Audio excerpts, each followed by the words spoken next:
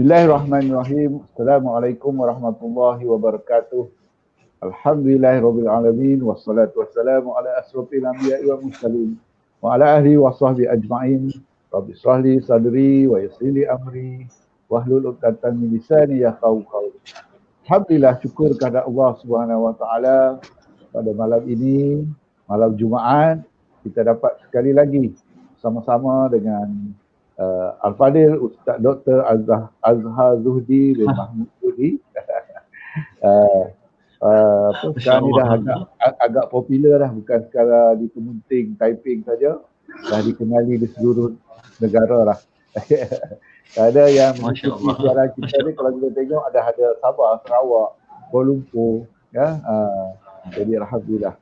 Tuan-tuan dan puan rahmati Allah sekalian, insya-Allah pada malam ini kita memulakan siaran baru hari Khamis setiap pukul 9.15 malam. Jadi setelah saya dan Dr. Azhar berbincang, nampaknya hari yang terbaik untuk kita bersiaran ialah pada hari Khamis. Hari Jumaat, Isnin ini dia ada beberapa masalah kekangan yang tak dapat dielakkan. Jadi tuan-tuan dan puan yang rahmati Allah sekalian, insya-Allah kita akan teruskan lagi sesi diskusi perbincangan tentang penyakit-penyakit atau masalah kesihatan yang akan dihuraikan dan diberi penjelasan oleh Dr. Azhar. InsyaAllah sebelum kita mulakan, sebagaimana selalu saya nak war-warkan satu perkara, iaitu rayuan sumbangan untuk membina pagar Masjid Kampung Expo. Alhamdulillah setakat ni dah hampir kita dah dapat dalam 20,000 lebih lah hasil daripada sumbangan tuan-tuan, sahabat-sahabat semua. Jadi kalau boleh, mana ada yang lebih-lebih lagi tu dalam simpanan, bolehlah menyumbang kepada saham akhirat ini untuk membina pagar Masjid Kampung Expo. Kerana keperluannya agak mendesak sekarang. Okay? Kita memerlukan pagar dengan segera kerana masalah ancaman binatang yang ada di sekeliling. Tuan-tuan dan puan rahmati Allah sekalian, kita bersama lagi dengan panel kita yang tak asing lagi, Dr. Azhar Zuhdi. Apa khabar Doktor? Sihat? Alhamdulillah seadanya. Alhamdulillah. Seadanya, alhamdulillah. Nampak masih berseri-seri lagi. Alhamdulillah. Dia punya senyuman tu nampak apa, makin menawan. Allahu Akbar. InsyaAllah Doktor, hari ini kita nak bincang tentang tajuk yang penyakit yang popular juga dalam kalangan kawan-kawan, iaitu gout ataupun mereka selalu sebut go out. Go out tu di sahabat-sahabat saya di pejabat ni ramai yang menghadapi masalah ni.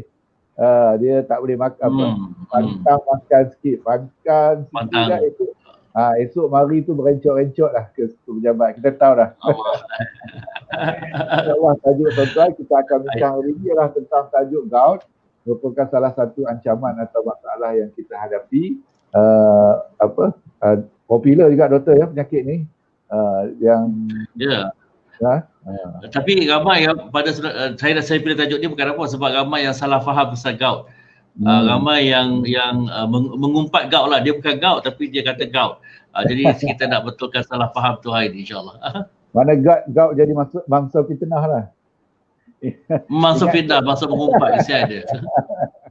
Kesianlah gout.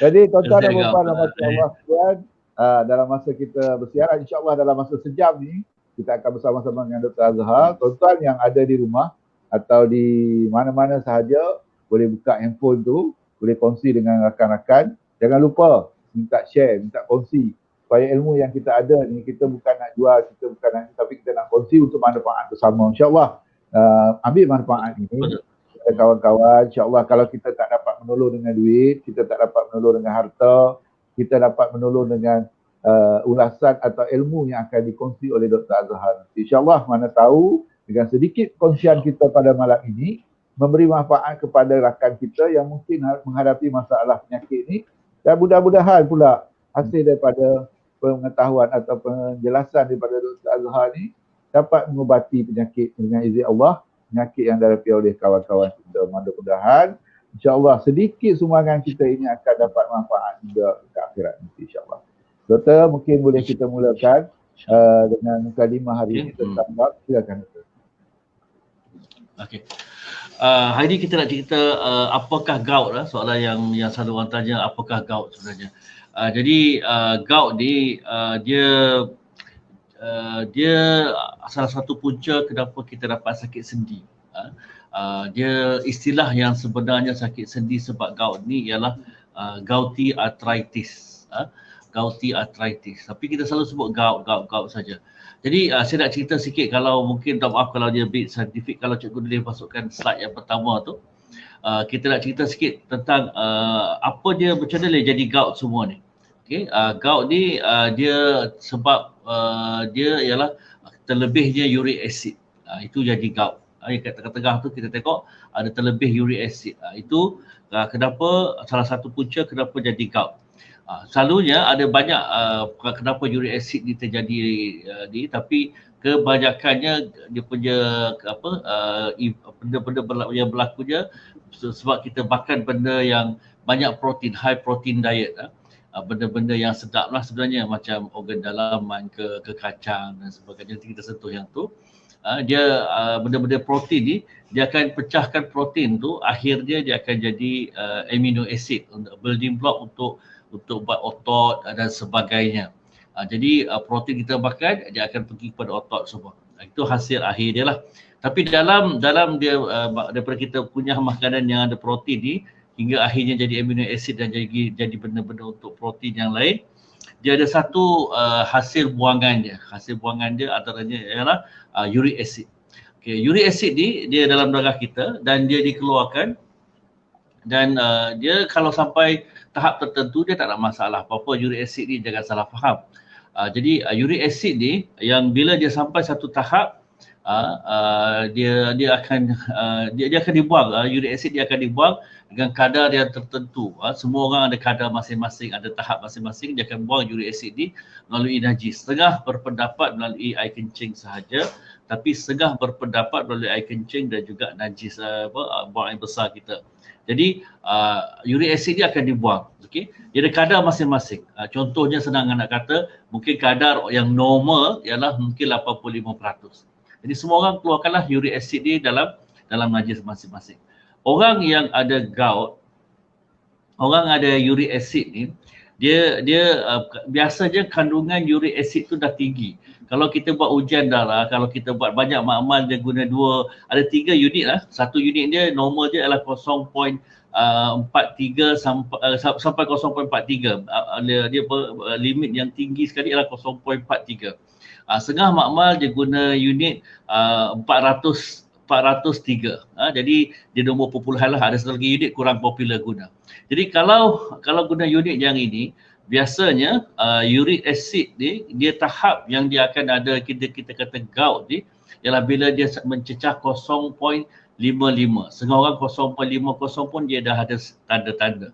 Jadi bila kandungan uric acid dah mula tingkat sampai ke atas lebih 0.55 dan dia akan rasa sakit sendi, okey, jadilah gouty arthritis. Okey, orang Melayu selalu istilah sebagai gout, sakit sendi. Okey, jadi ini yang dinamakan sebagai gout.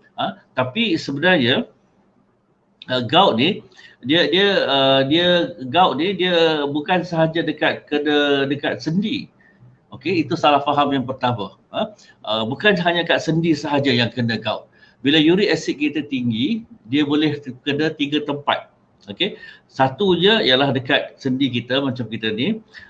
3-4 tempat lah. Nombor 2-nya ialah kat belakang telinga. Benda ni termaktub dalam buku. Saya pernah jumpa tapi jarang, tak ada apa-apa signifikan lah, tak ada apa-apa kesan pada dia. Kat belakang telinga dia akan ada sikit macam benjolan-benjolan sikit yang ada uric acid. Boleh jadi, tak ada orang, tapi tak ada masalah apa-apa. Biasanya orang tak komplain pun. Uric acid ni juga dia boleh pergi kat atas kulit, menyebabkan ada macam benjolan-benjolan kat kulit. Ada seorang pelakon, ada kalau tengok perasan dia, kulit dia berbenjol-benjol sikit, dia kandungan uric acid dia tinggi. Yang tu dia sakit-sakit sikit lah, tapi tak ada teruk sangat, sendi yang sakit. Okey, yang sakit teruk bila gout ni adalah sakit dekat sendi. Tapi itu sakit yang kita nampak. Sakit yang kita tak nampak ialah uric acid yang tinggi ni juga dia akan merosakkan buah pinggang. Itu yang bahayanya. Okey, sakit sendi, minta maaf cakaplah, hukum alamnya dia tak menyebabkan kematian. Dia tak menyebabkan apa-apa kecuali rasa sakit lah, sakit teruk tak jalan semua. Tapi kalau yang sakit bila uric acid ni pergi ke buah pinggang, dia kacau buah pinggang, rosak buah pinggang, dia akan jadi lebih banyak lagi masalah lain. Okey, jadi kena ingat 4 tempat yang mana gout boleh pergi, uric acid boleh pergi. Satu ialah sendi, itu biasa.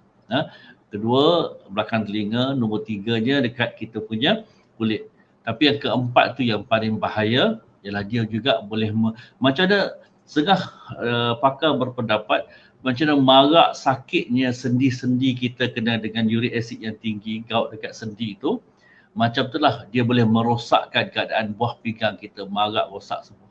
Jadi bahayanya ialah, yang lebih bahayanya ialah bila gout kena kat buah pinggang kita.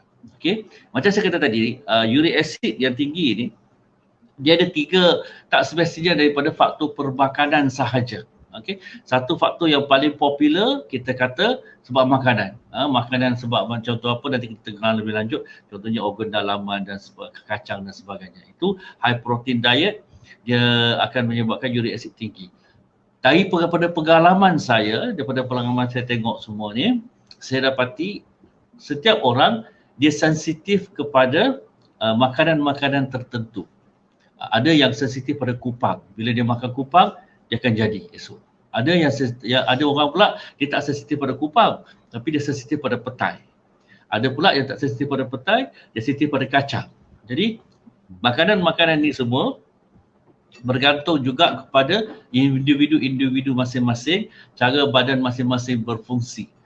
Dia ikut makanan mana yang kita sensitif yang boleh menyebabkan kita punya uric acid kita naik. Jadi kita kena tahulah itu satu faktor makanan. Faktor kedua yang boleh menyebabkan uric acid kita tinggi ni, yang lebih utamanya, yang biasanya faktor yang utama ialah macam saya kata tadi dalam slide yang pertama tadi tu, dia ada kadar pembuangan makanan. Kadar pembuangan uric acid tu dalam najis. Okey. Semua orang ada kadar masing-masing. Okey. Jadi yang kita kata contohnya normal ialah 85% pada uric acid tu akan dikeluarkan dalam air kencing dan najis kita. Tapi orang yang ada gout ni, dia boleh yang tinggi senang dapat gout, yang dapat gout pada usia yang awal 30-an, lewat 30-an dan 40-an dan sebagainya ni, sebab dia punya uric acid dia punya kadar pembuangan uric acid ke dalam najis tu kurang. Biasanya orang 85%, dia mungkin 70% ataupun dia mungkin 60% saja.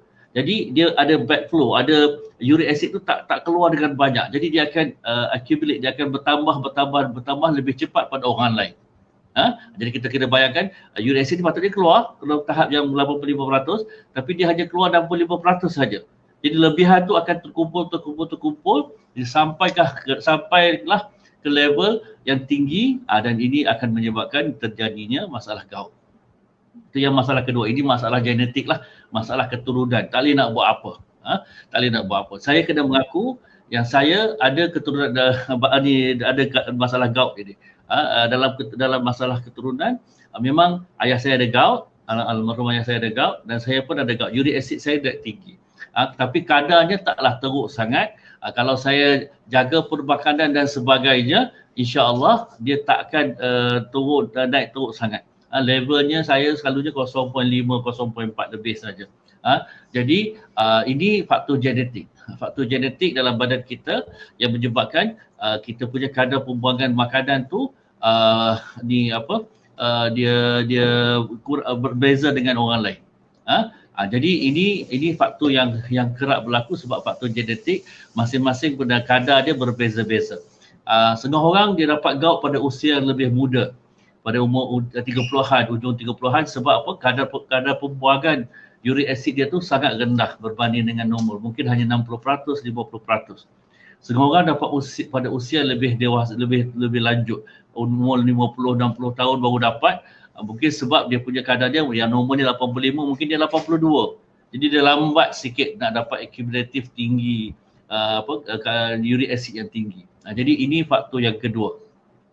Faktor yang ketiga, yang kenapa uric acid kita naik ialah sebab bahasanya ialah cell breakdown. Contohnya macam kita ada bisul. Bila kita ada bisul, sel-sel kita akan rosak dan sel-sel kita akan pecah.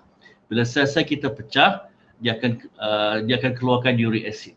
Orang yang ada kanser contohnya, dia uric acid dia akan naik mulu. Saya pernah dapat seorang pesakit, dia tanda awal dia saya suspect dia ada kanser sebab uric acid dia tinggi, dan dia perempuan jarang sikit. Perempuan jarang sikit dah dapat uric acid tinggi berbanding dengan lelaki. Pada umur kurang pada sebelum dia menopause, jarang sangat orang perempuan nak dapat gout. Jadi dia datang lebih kurang umur 40 lebih, uric acid dia tinggi daripada normal, dan dia tak ada simptom lain. Jadi saya kata mungkin dia ni uric acid dia naik sebab cell breakdown. Kanser tu pecah-pecah mati semua, jadi cell breakdown. Bila cell breakdown berlaku, dia akan menyebabkan uric acid naik. Jadi uric acid naik pun bukannya semata-mata sebab perbakanan, kita kena faham. Salah faham nombor satu yang saya nak betulkan, gout, uric acid tinggi ni tak semestinya datang daripada perbakanan sahaja. Dia boleh datang sebab faktor genetik, dan kedua-duanya faktor cell breakdown. Tapi makanan ni memainkan peranan yang sangat penting lah. Jadi itu kena jaga. 3 faktor kenapa uric acid boleh naik, dan 4 tempat yang mana uric acid boleh pergi. Bukannya hanya semata-mata kat sendi. Sendi ni memang sakit kita kena. Saya masa mula-mula saya dapat gout tu, saya memang tak 2 hari saya kena bertongkat, kena pergi kena ambil injection sebagainya sebab terlalu sakit, nak bergerak pun tak boleh. Memang sakit. Tapi sakit dekat sendi ni sakit yang tak membawa pada maut. Dia bergerak susah. Sakit yang lebih teruk uric acid ni dia pergi ke buah pinggang, merosakkan buah pinggang. Dan bila rosak buah pinggang, banyak lagi yang rosak. 2 tempat gout yang uric acid boleh pergi ialah kat belakang telinga dan atas kulit. Jadi ini yang saya nak betulkan, salah faham apakah makna sebenar gout. Jadi cikgu kita nak kena betul-betul faham supaya gout ni bukannya semata-mata sakit sendi dan bukannya semata-mata sebab kita salah makan. Bukan. Jadi kena faham betul-betul ini adalah punca gout, lebih pada tu lagi. Dan yang satu faktor je, bila kita ada sakit sendi, tak semua sakit sendi ialah gout. Kalau kita ada sakit sendi dan uric acid kita tinggi, setengah pakar kata 0.55 ke atas, setengah kata 0.55 ke atas, dan masa tu kita sakit sendi dan ada kriteria lain, barulah orang ni ada gouty arthritis, ada gout, sakit sendi sebab gout. Jangan kita selalu mengumpat gout, kita kata asyik di gout, walhal dia bukan je gouty arthritis. Ada banyak lagi, nanti saya cerita lain, sebab punca-punca lain yang boleh menyebabkan kita rasa macam gout tapi bukan gout. Jadi ini yang pentingnya kita nak tahu gout ni bukan apa, sebab gout ni ada ubat. Kita boleh berubat berbanding dengan penyakit-penyakit sendi yang lain. Terima kasih doktor.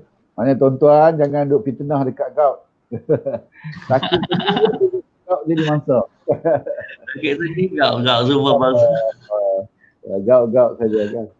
Tuan-tuan, ini pendedahan atau penjelasan doktor secara awal apa yang dikata gout tadi, yang kita biasa kenali dengan gout.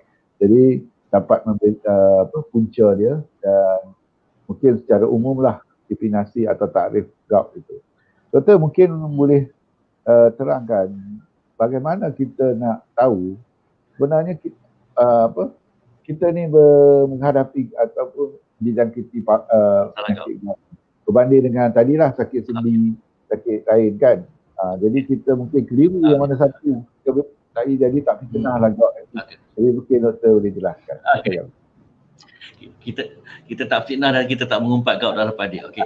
Nombor satu sekali, dalam kita nak kata pastilah yang punca kita sakit sendi tu gout, kita wajib kena cek darah untuk pastikan uric acid kita tinggi 0.55 dan ke atas. Ataupun satu lagi bacaan unit dia 550 ke atas. Okey.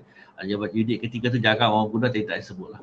Jadi nombor satunya wajib bila sakit sendi cek darah. Kalau sakit sendi tak cek darah, kita memang mengumpat berfitnah si gout. Kita tak sebab kenapa? Sebab gout ni dia ada ubat khas dia, saya ulangi.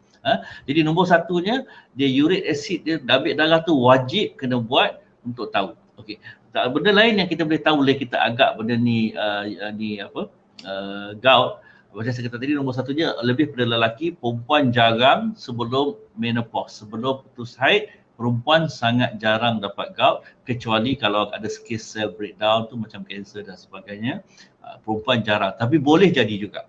Okey, gout dia jadi secara tiba-tiba. Okey. Kita duduk elok-elok saja, tak ada jatuh, tak ada apa, semua sihat walafiat, kita tak ada buat kerja, tak sedonoh, tak jatuh, tak buat gedek, tak ada apa-apa terselioh apa-apa. Tiba-tiba kita tak boleh, yang selalunya pada pengalaman saya dan ramai pesakit lain, tak boleh nak duduk tahiyat betul-betul. Nak tegakkan kaki tu, tak lentikkan kaki betul-betul tu, teramat sakit. Dia terasa sakit sebab gout dia biasanya dia akan pergi ke jari-jari di kaki. Jari-jari di kaki itu tempat dia favorite dia. Allahualam kenapa kenapa dia pergi kat tempat tu, tapi kebiasaannya dia akan pergi kepada sendi-sendi jari di kaki. Jadi kita nak melentik benda yang peringkat paling awal lah, dia akan rasa nak melentikkan kaki, nak sujud dengan nak duduk tahiyat tu memang tak boleh. Okey.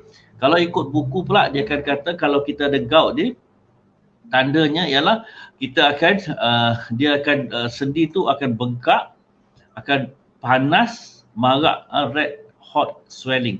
Dia merah menyala, dia panas dan dia bengkak. Dia bengkak. Tapi yang red hot swelling ni banyak dia lebih pada masalah arthritis, masalah sendi lain pun red hot swelling juga. Tapi sebab gouty arthritis ni dia pun sama juga. Dia akan rasa panas, sendi tu panas, sendi tu tiba-tiba jadi bengkak, sendi tu tiba-tiba tak boleh nak bergerak sangat. Dan sakit bila bergerak. Nak berjalan pun kena bertongkat.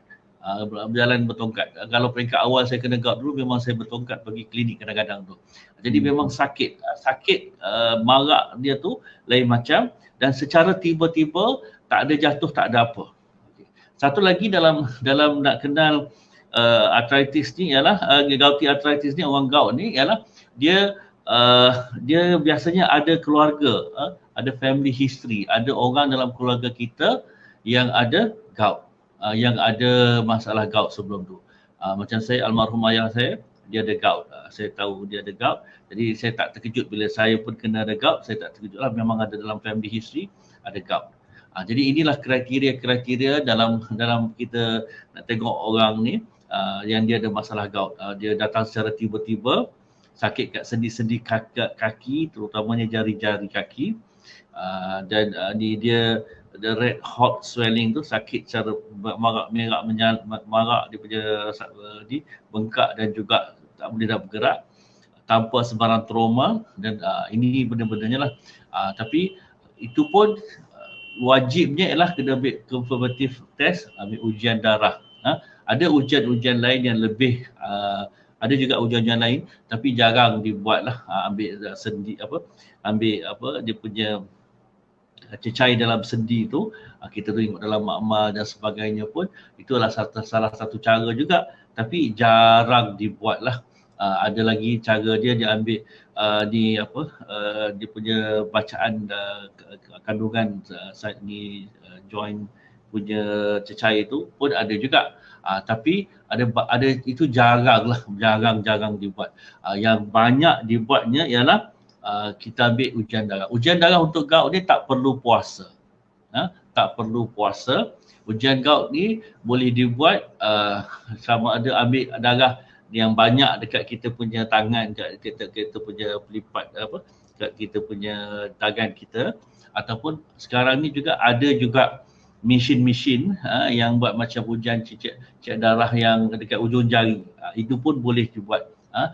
Dia dengan ralat dia yang kecil, tak ada masalah sangat. Dia agak mahal sebab dia tak berapa widely available benda tu. Jadi memang dia boleh dibuat. Ujian-ujian semua ni boleh dibuat. Sama ada nak buat yang prick test yang ujung jari ataupun kita ambil darah secara ni.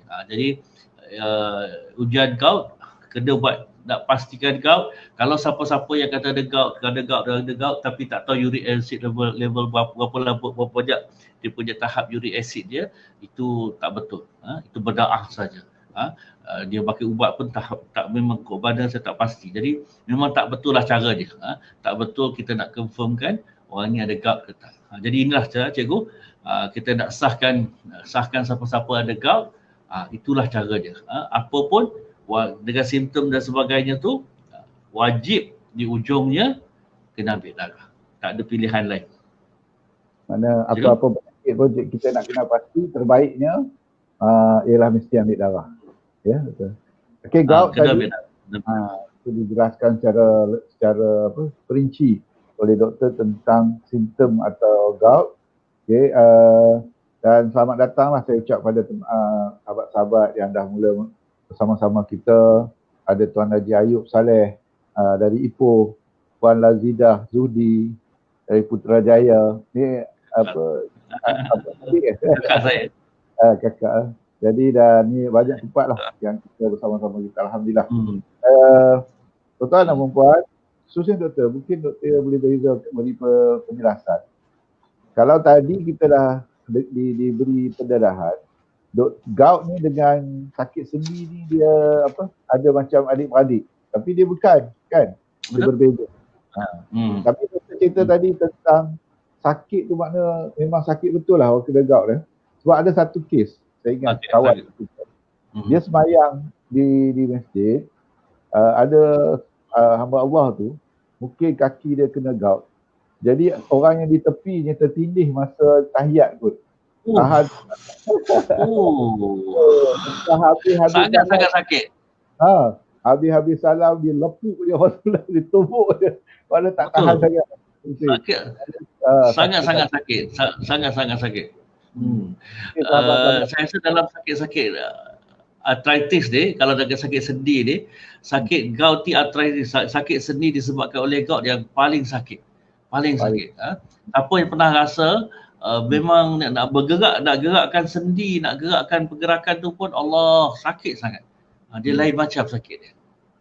Sebab tu sampai kawan sahabat tu sampai kira tumbuk tu dia tak tahan sangat. Tak tahan tu. Bukan dia tak sakit. Luar kawalan lah. Dia dah tak boleh kawal kan. Dia tak boleh kawal, jadi tak tahan. Maknanya sepanjang tahiyat tu dah kena kaki, jadi dia tahan, tak boleh tahan. Okey doktor, mungkin selepas ni kita boleh jelaskan. Tapi benda tu nampak lawak, tapi mungkin sahabat-sahabat di luar, saudara-saudara di luar mungkin kongsilah tentang sakitan tu dalam ketua komen. Okey doktor, mungkin boleh jelaskan tentang perbezaan gout dengan sakit sendi yang lain dan masalah otot. Okey. Apa perbezaannya? Okey, silakan. Pengalaman saya dekat klinik ni, dia yang orang yang selalu memfitnah dan mengumpat gout dia tersalah faham antara sakit gouty arthritis dan jenis-jenis arthritis yang lain, ataupun gouty arthritis, sakit sendi sebabkan gout ni dengan sakit-sakit otot. Okay, jadi saya akan ceritakan dulu perbezaan antara gouty arthritis, sakit sendi sebab gout berbanding dengan jenis-jenis arthritis lain dulu. Lepas tu saya akan terangkan beza gout ni, sakit arthritis sebab gout ni dengan sakit urat macam mana. Okey, yang pertama beza antara sakit gout dengan sakit sendi yang lain. Sakit contoh-contoh arthritis yang lain ialah osteoarthritis, rheumatoid arthritis, kemudian dia ada septic arthritis dan banyak lagi lah ya. Yang ni yang popular sajalah yang saya sebut ni.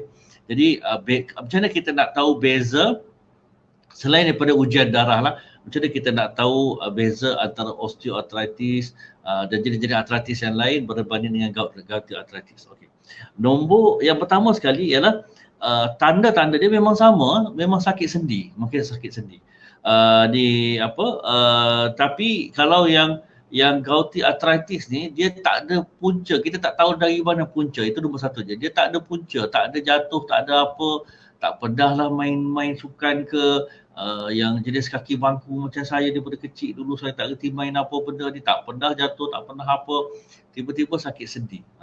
Ini kemungkinan besar lebih kepada dia tak ada tiba-tiba saja hari ni elok sihat, esok sakit. Itu kemungkinan gouty arthritis. Itu kena dia lah.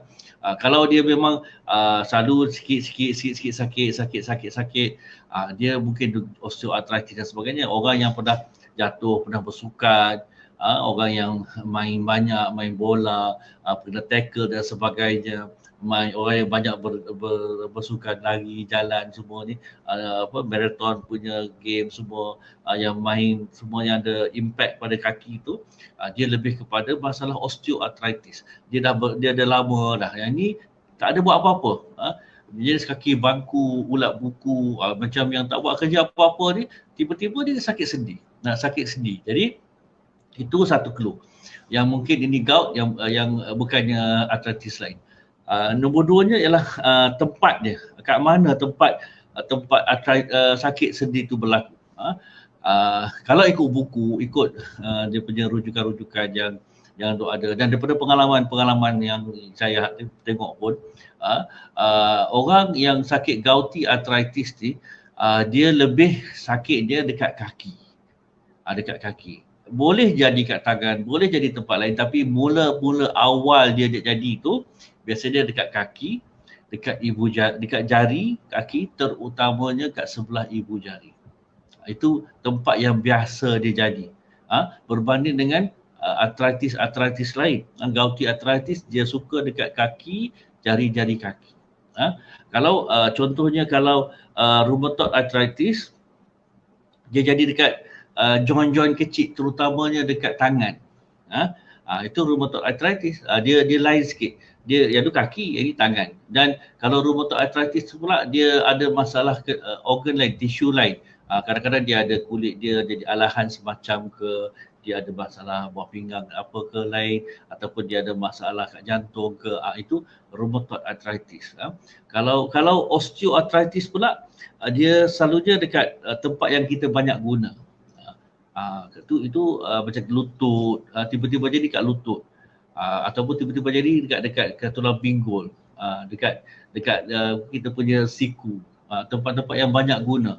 Itu lebih pada trauma ke, masalah-masalah macam tu.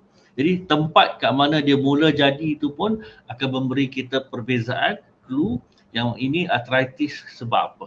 Sebab gout ke ataupun sebab suku sakat yang lain. Okey, ini yang kita kena ni lah. Satu lagi ialah bila kita ada jangkitan kuman.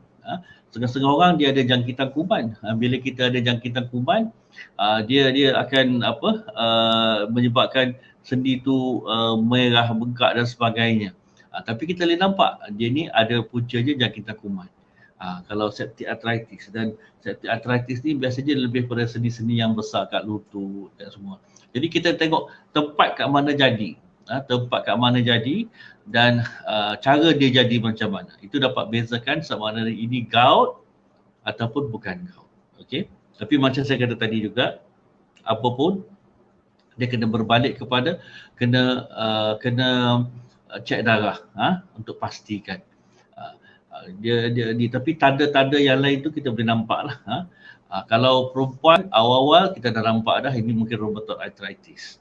Osteoarthritis orang yang bersukan dan sebagainya. Itu untuk sendi-sendi lah. Satu lagi masalahnya bila orang datang dekat klinik ni ialah dia tak reti, dia salah fahamnya antara masalah gout ataupun sendi dengan masalah otot, urat. Orang Melayu ni semua urat, salur darah pun urat, otot pun urat, saraf pun urat. Tapi urat yang dia berkait ni ialah masalah pada masalah otot lah.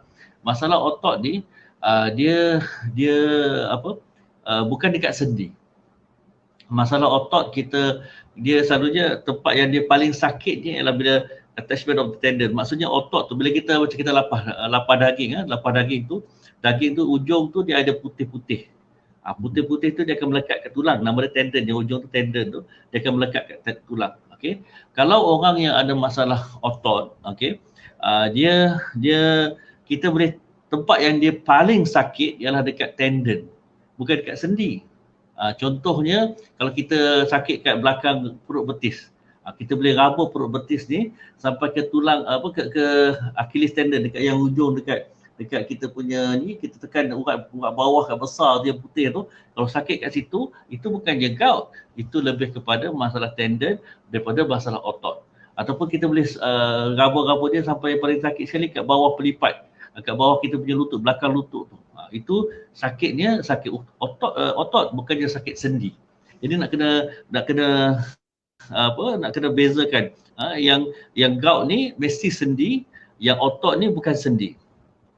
Yang gout ni pula dia sentiasa sakit. Buat apa benda pun selagi level uric acid tu tak rendah semua, dia akan sakit. Duduk tahiyat sakit, duduk jalan sakit, apa benda semua sakit. Tapi masalah otot ni dia ada masa-masa dia sakit. Masalah otot dia biasanya sakit paling teruk dia waktu pagi.